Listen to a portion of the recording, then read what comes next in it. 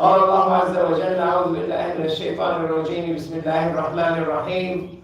وما أرسلناك إلا رحمة للعالمين. وقال: وما أرسلناك إلا كافة للناس بشيرا ونذيرا ولكن أكثر الناس لا يعلمون. My dear brothers and sisters, obviously it's difficult to give a khutbah to multicultural, multi-age, and different background, different level of knowledge about any subject without some people might switch off.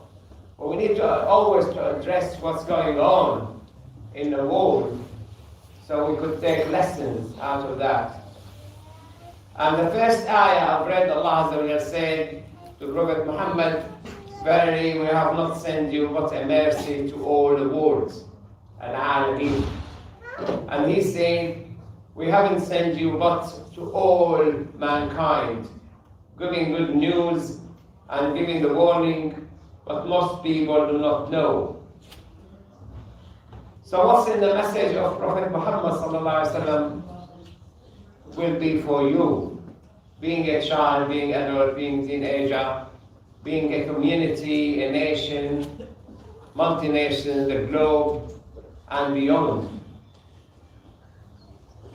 The Prophet ﷺ mentioned in a hadith, عن جابر بن عبد الله قال: قال رسول الله صلى الله عليه وسلم: أعطيت خمسا لم يعطهن أحد من الأنبياء قبلي، نصرت بالرعب مسيرة شهر، وجعلت لي الأرض مسجدا وطهورا، وأيما رجل من أمتي أدركته الصلاة فليصلي، وأحلت لي الغنائم، وكان النبي يبعث إلى قومه خاصة، وبعثت إلى الناس كافة، وأعطيت الشفاعة.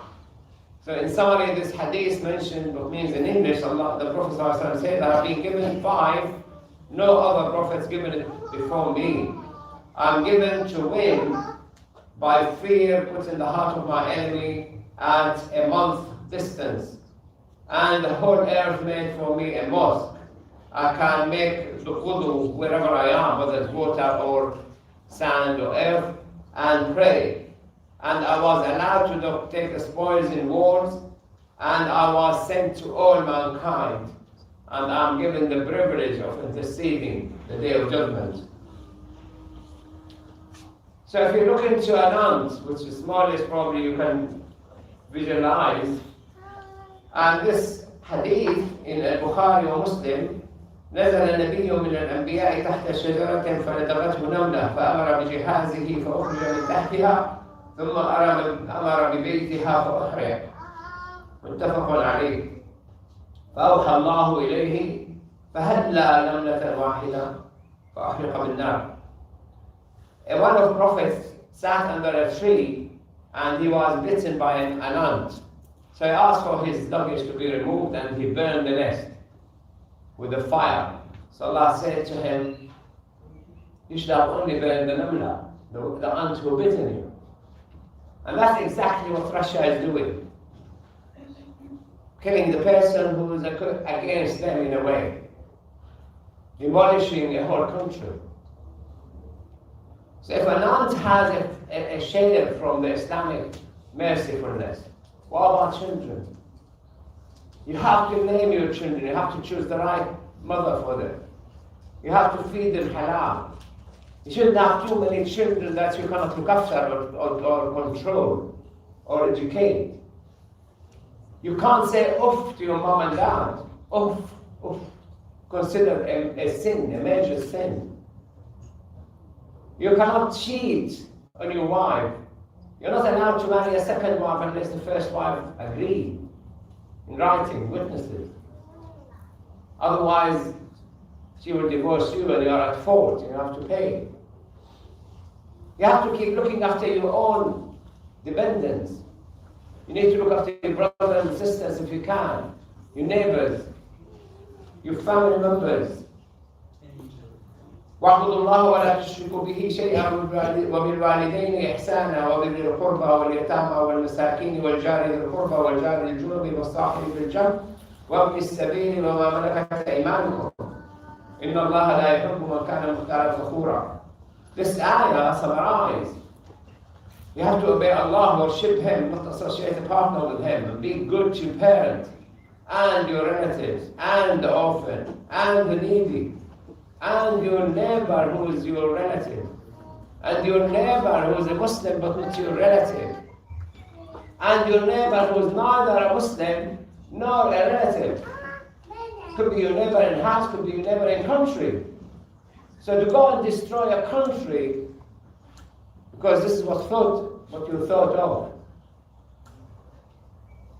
So you look into Islam, plants being cherished by Islam. The Prophet ﷺ said, if you are planting a tree and the day of judgment takes place, there's no point, the whole earth is going to go. The Prophet ﷺ said, no, carry on planting it. I mentioned many times, zakah is a rescue to mankind. You take from the rich, you give the poor. You don't go and print money because you have the control of the central bank, or because you are a bank who can lend money you never have and flood the market with money so prices will go up sky high. I had a text yesterday from a Syrian showing the prices in 2011 of things, and they listed long list, and the prices now, which is 100 times more. And I wrote back to him, I said, the prices you quoted in 2011 were even 100 times more than the prices when I was in Syria. Who can sort the economy and resolve this inflation and increase the prices? Disruption is going to happen everywhere. Everywhere. I guarantee that in America, in Europe, in Asia, but on stages, in different phases. And you, the Muslim, can rescue that. When we did the education and economy, few people came to follow, few people were interested to carry the message. Sooner or later, you will find that we are like what Allah described in this ayah. مثل الذين حملوا التوراة ثم لم يحملوها كمثل الحمار يحمل أسفارا بئس مثل القوم الذين كذبوا بآيات الله والله لا يهدي القوم الظالمين. The example of people who were allocated to carry the Torah, take the responsibility of Torah, they acted like donkeys who carry books full of knowledge on their back. They know nothing about it. They never apply it. They don't know even it exists. So if we, the Muslims, can rescue mankind, we'll be the same like the Jew who carried Torah. The only difference between us and them is that we don't have any excuse that the Torah has been changed. So the only difference between us and the Jew who were asked to carry on the responsibility of applying the Torah, that we don't have an excuse because the Quran is being preserved by Allah. Their Torah, the preserved of Torah, allocated to them and they messed it about. Our Quran is still intact.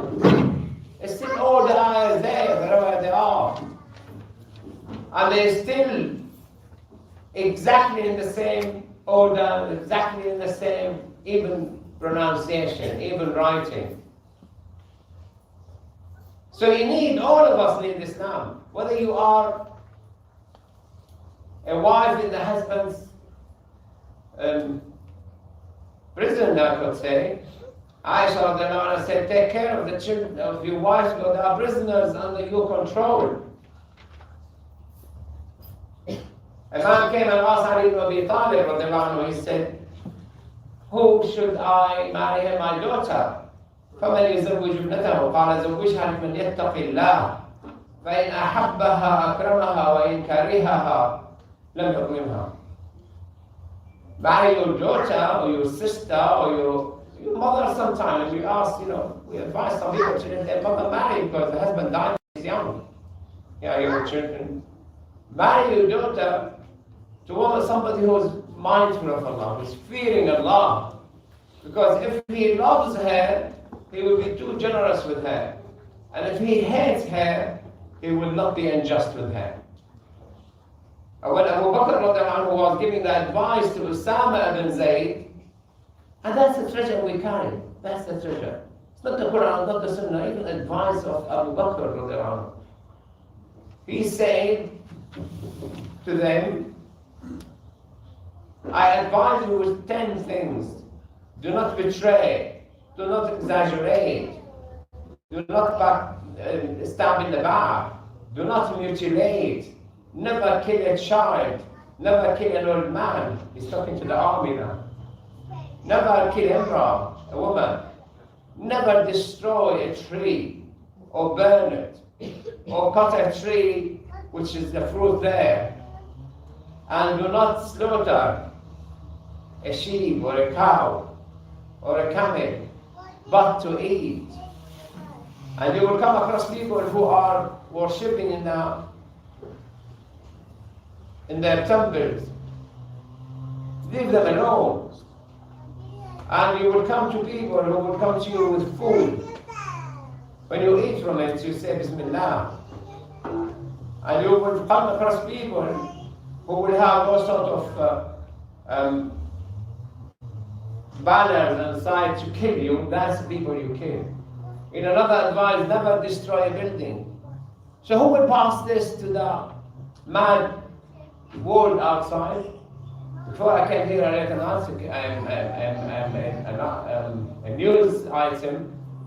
Russia threatening USA and NATO to stop sending these sophisticated machinery because otherwise they will face the consequences. The guy is mad. He will use nuclear power. If Iran had nuclear power, she would be in charge of Saudi and the Gulf tomorrow. It's people who have no brain. Who would put brain in their mind? I was talking last night about if you marry a wife or a husband, the Prophet ﷺ married a woman, and she said, when he came to her, he said, A'udhu billahi min. Doesn't know who she's talking about. She wants help from Allah Azza wa Jalla to help her against the Prophet, so he divorced her straight away. We can't live with mad people, whether it's the wife or the husband or children. We are now forced to live with mad readers. We in Syria lived with 142 years. What with God? All houses destroyed, like in Ukraine. Our building is 4-floor building. My flat is the 3rd floor. A vacuum bomb, they said. Only destroyed our building. The next are nothing. They're intact, nothing wrong with them. You have an enemy, you have sophisticated ways to kill. Is there people outside? We will be soon. Don't call them. So the summary of the khutbah, you have a treasure, you're sitting on it, you don't know about it, and you have treasure you're carrying, and you don't know about it. And unless we go and explain Quran to ourselves, Sunnah to ourselves, to our family, back to the community, internationally, we will all suffer. If la samahallah, a nuclear bomb fall in West Midlands, 7.5 million will be evaporated in seconds.